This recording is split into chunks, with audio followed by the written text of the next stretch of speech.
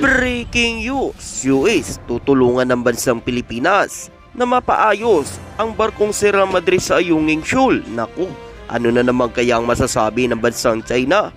Samantala Pangulong Bongbong Marcos, 4 na trilyon ang ibinigay sa bansang Pilipinas sa kanyang mga lakad sa ibang bansa.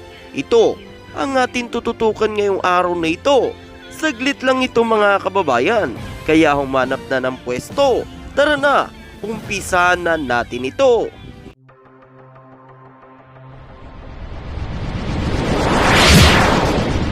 Trupang Hilonggo, Please subscribe subscribe and like. and share. Habang tumatagal, tumitindi ang pangaharas ng mga barko ng China sa mga barko ng Pilipinas na maghahatid ng mga supply sa Ayungin Shoal sa barkong Sierra Madre na nakatalaga noong 1999 na itinalaga ni Pangulong Era na isa sa mga outpost ng ating Philippine Navy para mapangalagaan ang ating mga teritoryo, lalo na ang Ayungin Shoal na pilit inaangkin ng China na kanila ito teritoryo. Ayon pa nga umano, halos mga kalapit na bansa ay halos nakalaban ng China dahil sa ginagawa nitong strategy na pag-aangkin sa ilan sa mga teritoryo ng mga kalapit nitong bansa, lalo na nga ang bansang Pilipinas. Ayon pa nga umano, nabuko ng Pilipinas ang unting-unting paggapang ng China sa mga teritoryo na pag-aari ng Pilipinas sa West Philippine Sea. At ayon pa dito, ang paggawa ng mga artificial na isla ay isa na ito sa mga strategy ng China para sakupin ng isang lugar na kanila umano ito teritoryo. At nito lamang taong ito, naglabas ng tindas line ng bansang China na ilang mga bansa ay umalma dahil ang tindas line ng China sinasakop na ang ilan sa mga teritoryo ng mga kalapit nitong bansa, kabilang na nga ang West Philippine Sea na ilan sa mga teritoryo na pag-aari ng Pilipinas. At ayon pa nga umano, ang bansang US ay nangako ng bakal na pangako sa bansang Pilipinas para maprotektahan ng ilan sa mga teritoryo na pag-aari ng Pilipinas na pilit inaangkin ng China na kanila umano itong mga teritoryo. At ayon pa nga umano sa nakalat nating impormasyon, ang kalagayan ng BRP Sierra Madre, ang sirang-sirang barkong pandigma na nagsilbing outpost ng ating Philippine Navy sa Ayungin Shoal, ay isang purely Filipino concern. Ayon kay Pangulong Ferdinand Marcos Jr., kasunod ng mga ulat na ang US ay nagbibigay ng payo sa pag-aayos ng mga barko. Sa isang panayang kamakailan sa Japanese broadcaster, sinabi ni Pangulong Ferdinand Marcos Jr. habang tinutulungan ng US ang Pilipinas na magsagawa ng mga sea patrol, sitwasyon ng Sierra Madre ay isang problema na nilalayo ng Pilipino na tugunan ng kanilang sarili. Ayon pa nga umano sa ating mahal na Pangulo, unilateral kaming kumikilos sa lahat ng aming makakaya para mapanatili ang presensya sa Ayungin Shoal at mabigay namin muli ang aming mga tao doon upang mapanatili ang presensya. At habang ang mga Amerikano ay nagsasagawa ng gear patrol sa paligid ng Ayungin Shoal, dagpa ng ating mahal na Pangulong Ferdinand Marcos Jr. na ang US sa isang kalyado na kasunduan ng Pilipinas ay hindi lamang ang bansang nagpapadala ng mga barko upang magsagawa ng mga patrol sa lugar.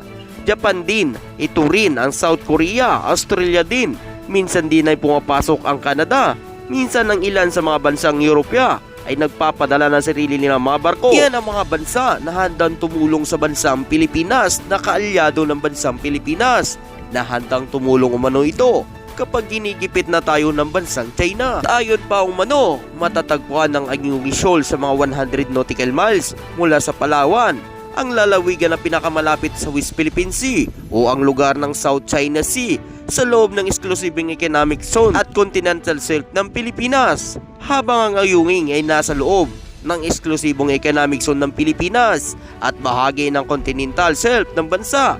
Inaangkin din ng China ang shoal na tinatawag nitong Renai Reef. Yun pa dito, kilala sa buong mundo bilang Second Tonga Shoal, ay naging paksa sa mga kailang mga tensyon sa pagitan ng Maynila at Beijing habang sinusubukan ng mga sasakyan Chino na pigilan ng mga bangka ng Pilipinas na maghatid ng mga supply sa BRP Sierra Madre, isang kalawang na sasakyan pandagat na nakarounded sa shoal mula noong 1999. At ayon pa nga umano, pinipilit ng bansang China na pinapatanggal sa Pilipinas ang barkong Sierra Madre sa Ayungin Shoal na isa sa mga tanda na bansang Pilipinas na ito ay teritoryo na sakupan ng eksklusibong economic zone na bansa. At ayon pa nga umano sa ating mahal na Pangulo, hindi tatanggalin ang BRP Sierra Madre at lalo pa nito, ipapaayos ito para gumanda at ayon pa sa Pangulo, para ingkis naman kapag dumating ang mga unos o may mamalakas na hangin ay mapupuntahan ang ating mga mamamayang mangingisdang Pilipino, merong masisilungan. Ayon pa nga umano, iginiit ng China na mayroon itong hindi mapag-alinlangan soberanya sa mga isla sa South China Sea at pinayuhan ang Pilipinas na kumilos na mapag-iingat. Ang malawak na maritime claim ng China ay mayaman sa magpagkukunan ng South China Sea ay pinawalang bisa ng arbitral court na nakabase sa Hague noong 2016. At sa iba pang mga balita, ayon umano sa ulat ng DTI, 4.19 trilyon batay sa December 22, rate 72.178 billion US dollar halaga ng mga pamuhunan sa ibang-ibang yugto ng pamuhunan bilang resulta ng pagbisita sa ibang bansa ni Pangulong Ferdinand Marcos Jr. 4.19 trilyon ang naaambag ni Pangulong Ferdinand Marcos sa bansang Pilipinas. Ito ba yung sinasabi ng iba na walang ginagawa sa Pilipinas? 4.19 trilyon ang inambag ngayon taong ito sa bansang Pilipinas? Ay grabe naman mga kababayan, nakakalula ito sa mga kritiko. Walang ibang alam kundi sirain ang mga bawat lakad ng atin mahal na Pangulo. So tara pa mga kababayan, atin paalamin ang buong katotohanan. Ayon umano sa ating DTI, 4 na trilyon halaga ng pamuhunan ay binuo ng 148 na proyekto ayon sa pagsubaybay nito noong December 21, 2023 sa pinagsama-sama na prosesong mga pamuhunan. Inilarawan ng DTI ang mga investment na iyong bilang negosyo, Investment Promotion Agency. Ayon pa umano sa update ng DTI, nito lamang December 14, sinabi nitong idinagdag sa pagsubaybay nito ang pagbisita ni Pangulong Ferdinand Marcos Jr. sa Estados Unidos para sa Asia Pacific Economic Cooperation Leader Meeting sa San Francisco na nagdagdag sa 672.3 milyon o umabot 37.2 bilyon sa kabuuang halaga at 6 sa kabuuang proyekto. Ito ba mga kababayan ang walang ginagawa sa bansa natin? 4.19 trilyon po ang idinagdag ng atin mahal na Pangulo. Mula po yan investment sa ibang bansa. Kasi ang iba kasi dyan mga kababayan, puro dada, puro paninira para sa atin mahal na Pangulo. Walit sila naman talaga ay walang inaambag. Yan mga kababayan ang sumisira sa atin mahal na Pangulo. Hindi lang po ang atin mahal na Pangulo ang sinisira niyan, buong bansa. At ayon pa nga umano, ginagawa ng lahat ng ating mahal na Pangulo kung paano umunlad ang ating bansang Pilipinas. Kaya nga sa lahat nating mga kababayan, suportahan natin ang ating mahal na Pangulo.